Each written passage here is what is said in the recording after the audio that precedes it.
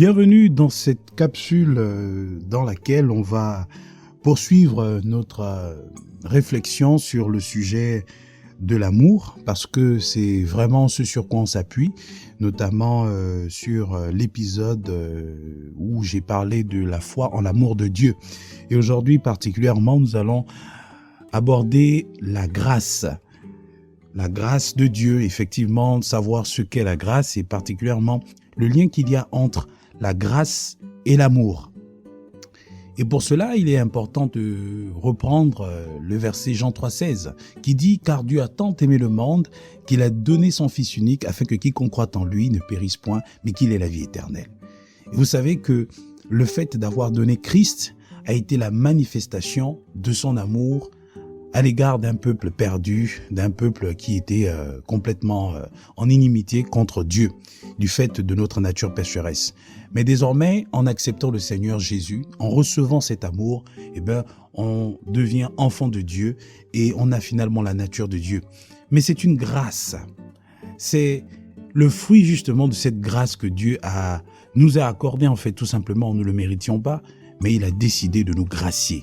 Ça, c'est un mot très, très, très puissant.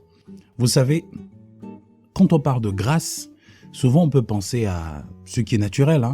Lorsqu'un président décide de gracier des prisonniers, par exemple, vous avez certainement entendu parler de grâce présidentielle. C'est-à-dire que le président décide de libérer des prisonniers qui méritaient peut-être la peine à perpétuité, qui méritaient d'être emprisonnés en tout cas pendant très longtemps du fait du poids de leurs crimes, de leurs infractions. Et donc c'est un peu l'image du poids de nos péchés. Mais par amour ou peut-être par clémence, on va vraiment faire le parallèle avec l'amour de Dieu.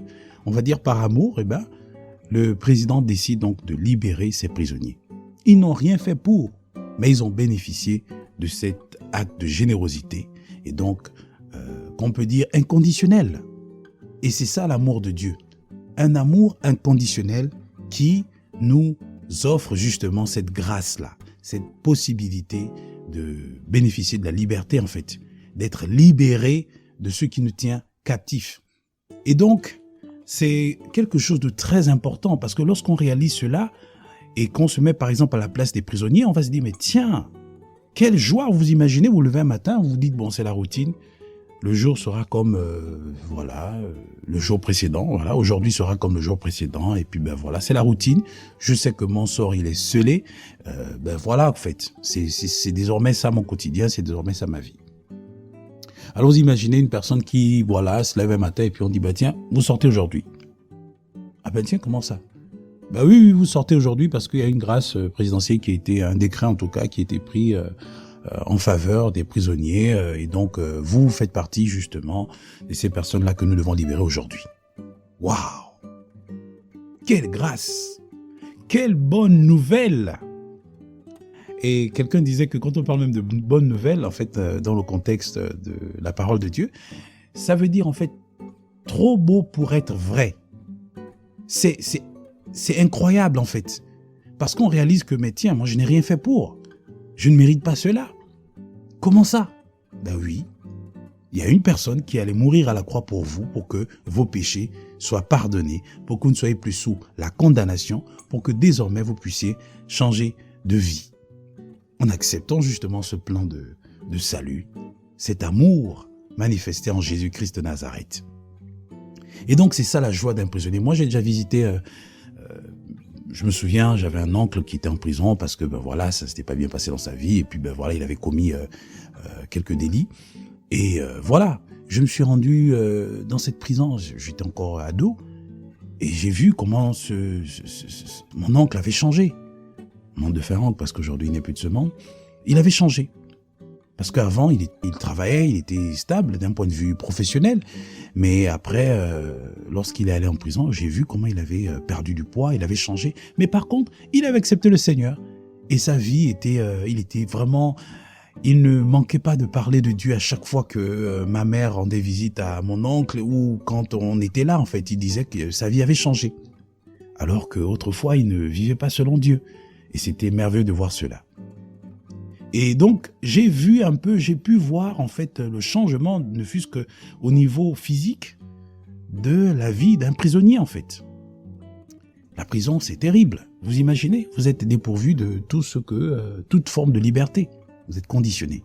Et on vient vous annoncer un matin que votre vie ne sera plus la même. Vous pouvez désormais sortir. Waouh, c'est une bonne nouvelle. C'est la bonne nouvelle que la femme samaritaine en fait a reçue.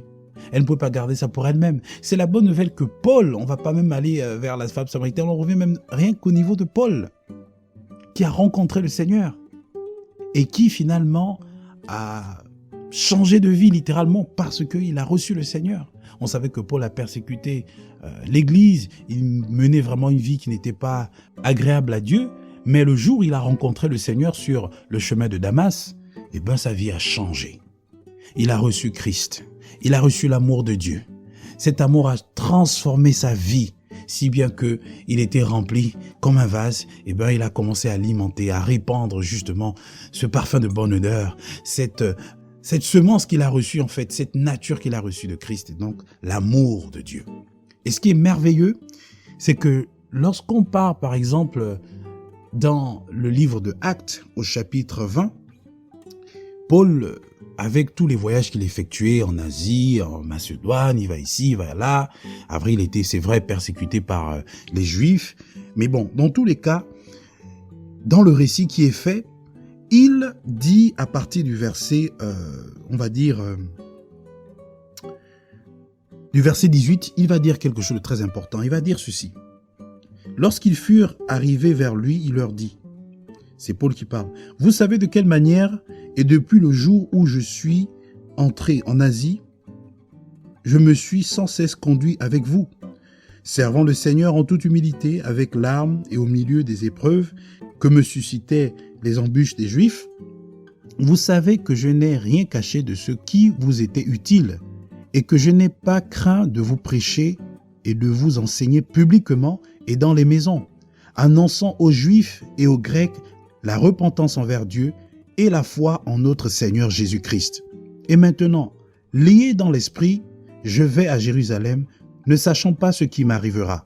Seulement, de ville en ville, l'Esprit Saint m'avertit que les liens et des tribulations m'attendent.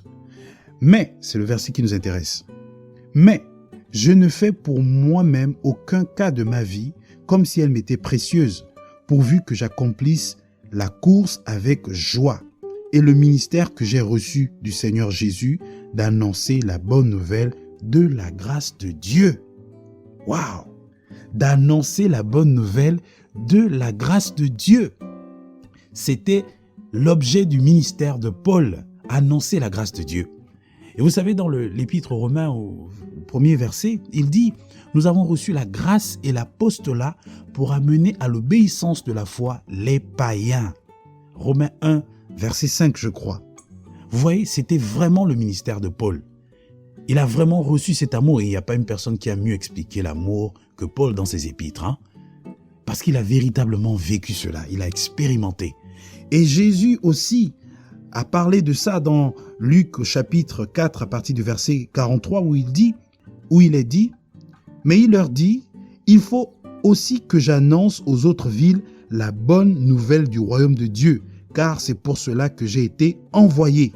Et il prêchait dans la synagogue de la Galilée. Amen. Donc vous voyez que Paul et Jésus avaient le même langage. Jésus est la manifestation de l'amour de Dieu, il est la grâce. Et Paul a reçu Jésus dans sa vie, parce qu'il a dit qu'il faut avoir la foi en Jésus. Et cet amour qu'il a reçu l'a amené à avoir ce ministère, celui d'annoncer la bonne nouvelle de la grâce de Dieu. C'est l'amour de Dieu. Et c'est ce que nous aussi avons reçu. Nous sommes donc des dispensateurs de la grâce de Dieu. Nous sommes des porteurs de ce message d'amour qui consiste à annoncer à toutes les personnes qui sont prisonnières de ce monde, des choses de ce monde, du péché, d'une vie de débauche, d'une vie de désordre, de désobéissance, que Christ est allé mourir à la croix pour nous et qu'aujourd'hui, vous êtes déclarés libres, si et seulement si vous acceptez ce plan de liberté, si et seulement si vous acceptez ce décret, parce que Dieu ne va pas violer votre intégrité. le décret peut être pris, que ben voilà, vous sortez de la prison et vous vous dites, ben non, moi je reste. C'est de la folie. C'est de la pure folie. À moins qu'il y ait un problème au niveau psychologique, mais bon, un prisonnier, quand on dit que tu sors, ben tu es censé sortir. Et il en est de même en ce qui concerne la vie éternelle. Dieu nous a tellement aimés que aujourd'hui, il nous dit qu'il y a une bonne nouvelle pour nous, celle d'accepter son plan de salut, celle d'accepter cette déclaration de libération de toutes les personnes prisonnières du diable. C'est une bonne nouvelle, ça. C'est une excellente bonne nouvelle, ça. Et nous devons la réaliser, nous devons la recevoir. Et parce qu'aujourd'hui, nous sommes en Christ, pour celles et ceux qui ont fait ce merveilleux choix d'accepter le Seigneur, mais comment ne pas être davantage joyeux et réaliser que, waouh, c'est une grâce, mais je ne peux pas la garder pour moi-même, je dois aller annoncer l'évangile, je dois prêcher, je dois parler de Christ partout où que je me trouve. Parce que je suis porteur de cette bonne nouvelle-là. Et ça revient à ce que j'ai dit dans l'épisode principal, que la grâce, l'amour de Dieu, c'est un don, oui, c'est une grâce, mais c'est aussi une responsabilité. Parce que lorsqu'on est porteur d'une telle grâce, on ne peut pas la garder pour nous-mêmes. On est obligé de s'aligner à cette pensée de Jésus, qui consiste justement à annoncer la bonne nouvelle du royaume de Dieu, mais aussi de celle de Paul, parce que c'est la même chose. Annoncer la bonne nouvelle de la grâce de Dieu. Alléluia. Soyez bénis mes frères et sœurs et demeurant dans cet amour. Amen.